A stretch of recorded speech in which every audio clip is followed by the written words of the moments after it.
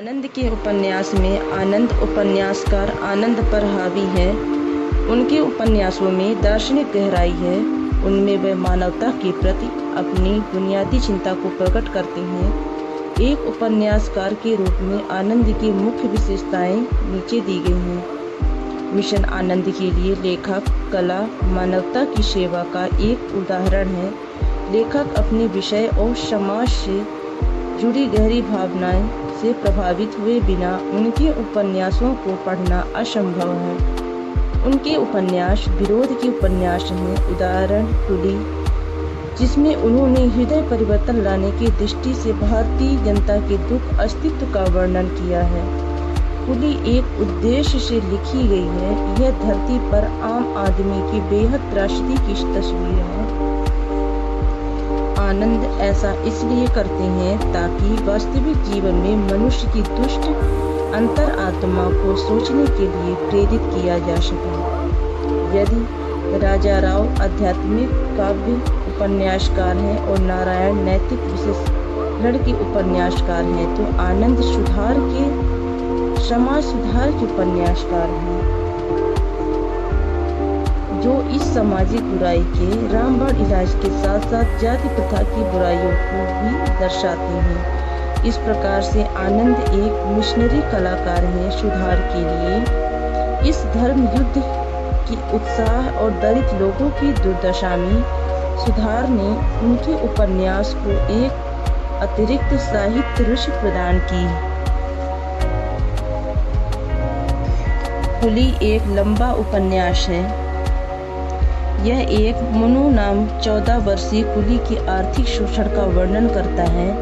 वह अपनी आंटी गुजरी के साथ पहाड़ियों में रहता है। उनके अंकल दयाराम श्यामनगर स्थित बैंक ऑफ इंडिया में एक चपरासी हैं। वह मनु के लिए दास संबंधी नौकरी बाबू नाथूराम के घर में लगवा देता है, जो एक मध्य श्रेणी व्यक्ति है और उसी बैंक में नायब का काम करता है। गांव में मनु अपने साथियों से प्रसन्न एवं संतुष्ट है तथा वहां के वातावरण में भी वह प्रसन्नचित्त है, परंतु परिस्थितियां उसे अपने साथियों को छोड़ने के लिए विवश कर देती हैं ताकि वह अपने अंकल के साथ श्यामनगर जा सके। मनु एक निर्धन लड़का है। उसे मालूम है कि जय सिंह के बाप ने उसके पिता की जमीन छीन ली थी। उसकी आंटी चाहती थी कि उसे अपनी रोजी रोटी स्वयं अर्जित करनी चाहिए, इसलिए वह अपने अंकल के साथ शहर चल देता है, परंतु उसका हृदय शहर के चमत्कारी जीवन की आशाओं से भरा हुआ है। मनु और दयाराम दोनों श्यामनगर पैदल जाते हैं। मनु चलते चलते थक जाता है। उसके पांव पीड़ा होने लगती है, फिर भी उसका अंकल उसे पीटता है और उसे बैलगाड़ी में बैठने की इजाज़त नहीं देता और सरकारी नौकर होने के अभिमान के कारण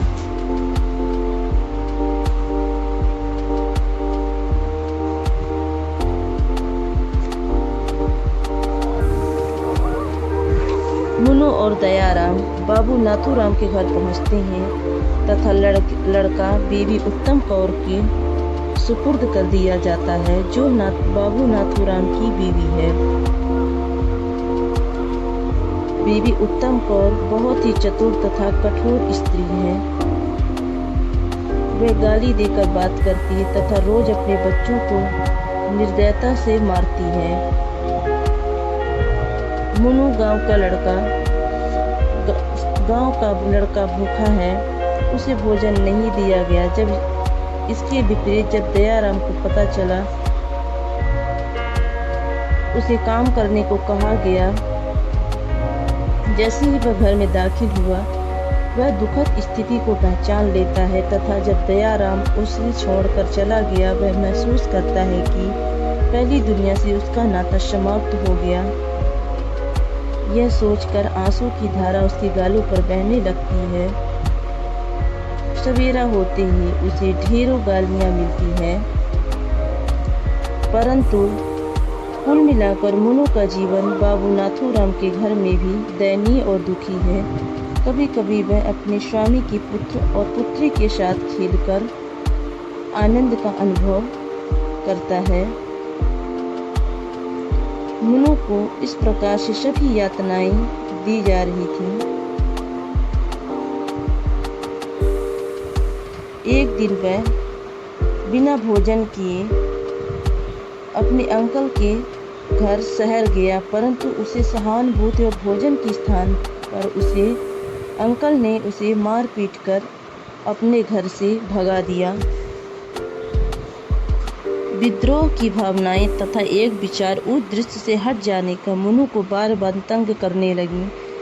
वह नाथूराम बाबू के घर लौट जाने की फिर से हिम्मत जुटाता, पर वहां जाकर फिर से जीवन का उत्साह पुनः प्राप्त कर लेता। एक दिन वह बर्मा से झगड़ा पड़ा, जो एक दूसरे ब्राह्मण परिवार का दास था। पानी के नल पर झगड़ा हुआ, जब बर्मा बीवी उत्तम कौर के विषय में अश्लील बातें पूछ रहा था। मुनु शहरों के लैंगिक भ्रष्टाचार से अनभिज्ञ है, इसलिए वह उत्तम कौर के लिए कुछ नहीं बोलता। इस पर वर्मा ने उसे लाठी से मारा। इस प्रकार मुनु उस व्यक्ति के हाथों से दुख उठाता है जो स्वयं समाज के अन्याय का शिकार है। नाथूराम का छोटा भाई डॉक्टर प्रेमचंद छोटा बाबू उसकी देखभाल करते हैं। उसकी शारीरिक चोट पर उसकी आत्मा को निरुत्साह नहीं किया। एक दिन जब शीला और उसकी सहेलियां कौशल्या के साथ खेल रहा था तो उसने शीला के गाल पर काट लिया। इन बच्चों के बचपने जैसी हरकत के लिए उसके साथ अपराधियों जैसा व्यवहार किया गया। बाबू नाथूराम उसे बुरी तरह से पीट कर नीला बना दिया और उसे काठी की ठोकरें भी मारी।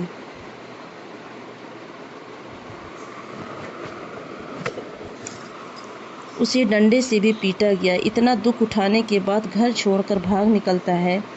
वह रेलवे स्टेशन पर जाता है, जहां वह किसी रेलगाड़ी में बैठ जाता है जिसका गंतव्य स्थान उसे मालूम नहीं। मुनु डिब्बे के तीसरे दर्जे की सीट के नीचे घुसकर लेट जाता है। रेलगाड़ी दौलतपुर जाने के लिए तैयार थी। सेठ प्रभा, जो दौलतपुर में एक आचार फैक्ट्री के मालिक हैं, जिसके साथ गणपत भी हैं, जो उसका युवक व्यापार पार्टनर है, सीट के नीचे अपना सामान निकालना चाहता था, लेकिन उसे आश्चर्य हुआ कि मुनु एक बंडल की तरह लेटा हुआ, जिसे बाहर खींचकर निकाला गया। प्रभा स्वयं भी एक पहाड़ी है तथा मुनु का पहाड़ी भाषा का लहजा पहचानता है। प्रारंभिक परिचय के पश्चात मुनु को साथ में ले लिया। प्रभा अपनी फैक्ट्री एक और लड़की की ज़रूरत है, फिर उसके पास कोई बच्चा नहीं है, इसलिए वह गणपत के विरोध के बावजूद मुनु को अपने साथ ले जाता है।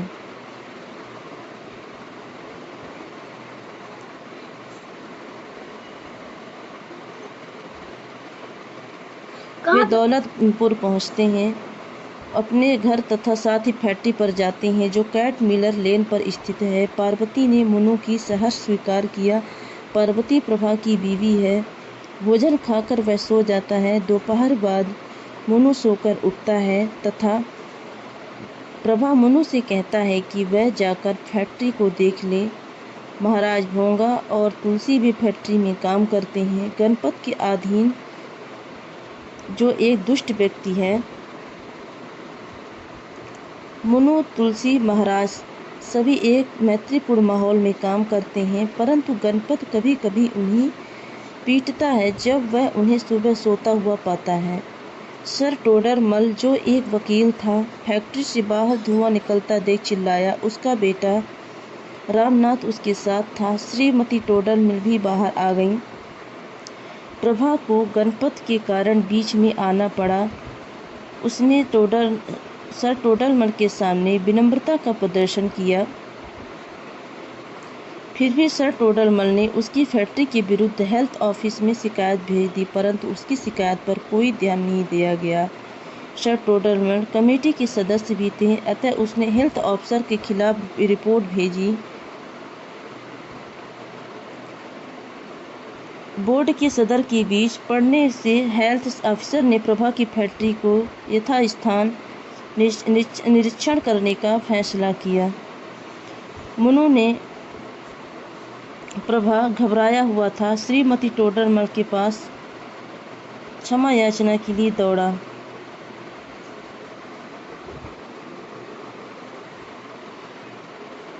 उस समय गणपत बाजार में था, जो वहां ग्राहकों से पैसा वसूल कर रहा था। जब गणपत वापस आया तो उसने झट से बोला, वास्तव में उसने प्रभा के नाम से 350 रुपये एकत्र किए थे, परंतु प्रभा को बताया कि उसे सिर्फ 50 रुपये ही वसूल किए हैं। प्रभा को अपने पार्टनर गणपत पर संदेह हो गया। जब प्रभा ने खाता दिखाने को कहा तो उसने मना कर दिया। गाली गलौज झगड़े का माहौल पैदा करके वहां से चला गया। प्रभा ने स्वयं की अपनी अलग फैक्ट्री मात्र 50 रुपये से शुरू कर दी, परंतु गणपत ने प्रभा की बदनामी शुरू कर दी। प्रभा अब गणपत के धोखे और षड्यंत्र के कारण कंगाल हो गया। प्रभा यह झटका सहन नहीं कर सका तथा बीमार पड़ गया। उसे पुलिस ने गिरफ्तार कर लिया। उसने कर्ज नहीं चुकाया।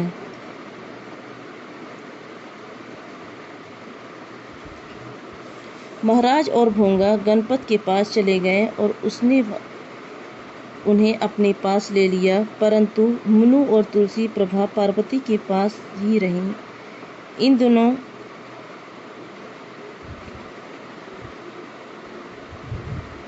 लड़कों को कुछ दिन बाजार में कुली का काम लिया, परंतु कुछ समय पश्चात पार्वती और प्रभा दोनों अपने गांव चले गए। चलते समय मुनु को एक चांदी का रुपया दे गए और कह गए कि उनके घर में रहे, शीघ्र ही वापस आएंगे। तुलसी भी उनके साथ चला गया। मुनु अकेला रह गया। प्रभा के दृढ़ चरित्र से प्रभावित होकर मुनु ने भक्त हरिदास के मंदिर पर जाने का फैसला किया, जहाँ मुफ्त भोजन भी बांटा जाता है। वह रेलवे स्टेशन से बाहर आता है। इसी बीच एक महिला ने अपना सामान पहुंचाने के लिए अस्पताल तक, जो सिविल लाइन में स्थित है, उसे मजदूर के रूप में साथ में ले लिया। शाम को वह अपने रात्रि भोजन के लिए मंदिर में गया। उसे वहां अपना भोजन मिलेगा। वहां उसे योगी के दर्शन हुए। चूंकि वह कुछ जानने का यत्न किया, योगी तथा बूढ़ी स्त्री ने उसे डांट दिया, परंतु तत्पश्चात वह उसे पाने की मनोकामना से वहां आई थी। उन्हें वह योगी के कमरे पर लाए, परंतु उस योगी में जब कामुक व्यक्ति ने अपना असली रूप दिखाया तो मुनु वहां से भाग निकला। मुनु ने अपनी रात एक दुकान के बाहर तख्तों पर काटी। वह दुकान कैट मिलर लोन के निकट थी तथा प्रातः होते ही स्टेशन पर पहुंच गया ताकि कुली का काम करे। वहां उसे एक पुलिस सिपाही ने धमका दिया। इधर उधर टहलता हुआ माल रोड पर पहुंच गया। वहां एक अंग्रेज महिला के टकराने से बाल बाल बच गया। मुनु अब मुंबई शहर जा पहुंचा। वह मुंबई शहर में जब फुटपाथ पर चल रहा था तो मुनु ने एक कोने पर एक कुली को पड़ा देखा। उसकी दशा बहुत शोचनीय थी। उसने मुनु को बहुत हतोत्साहित किया। वह अपने ठहरने के लिए चिंतित था, क्योंकि रात काटने के लिए उसके पास स्थान नहीं था जहां वह शरण ले सके। प्यास बुझाने के लिए रेस्टोरेंट में गया, परंतु मालिक ने उसे देखकर कि वह कुली है, उसे नीचे फर्श पर बैठने के लिए कहा। जिस कुर्सी पर बैठ गया, उसकी बजाय जब नीचे बैठने को कहा गया तो बहुत महसूस हुआ। 2 आने को सोडा वाटर पीकर वह वहां से चल दिया। उसके साथ जो दुर्व्यवहार किया गया उसके कारण उसे बहुत बुरा लगा, क्योंकि वह कोई अछूत नहीं था।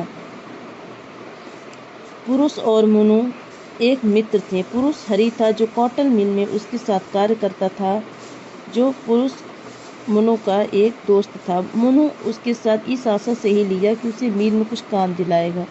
वहाँ वह 20 रुपये महीने की नौकरी कर रहा था। फॉरन मैन जिसने हरि और मुनु को नौकरी दिलाने में सहायता की, वह जिम्मेदार तथा साहूकार भी था। उसने मुनु को कुछ पैसे ही ब्याज पर दिए थे। मुन्नू ने फौरन मैन चितमा साहब द्वारा दी गई झोपड़ी में रहना आरंभ कर दिया। मुन्नू ने देखा भी और एक पंसारी द्वारा बाजार में उसका शोषण भी किया गया। पंसारी कुलियों का शोषण करता था। चारों तरफ शोषण के कारण शारीरिक और आत्मिक रूप से टूट चुका था। एक दिन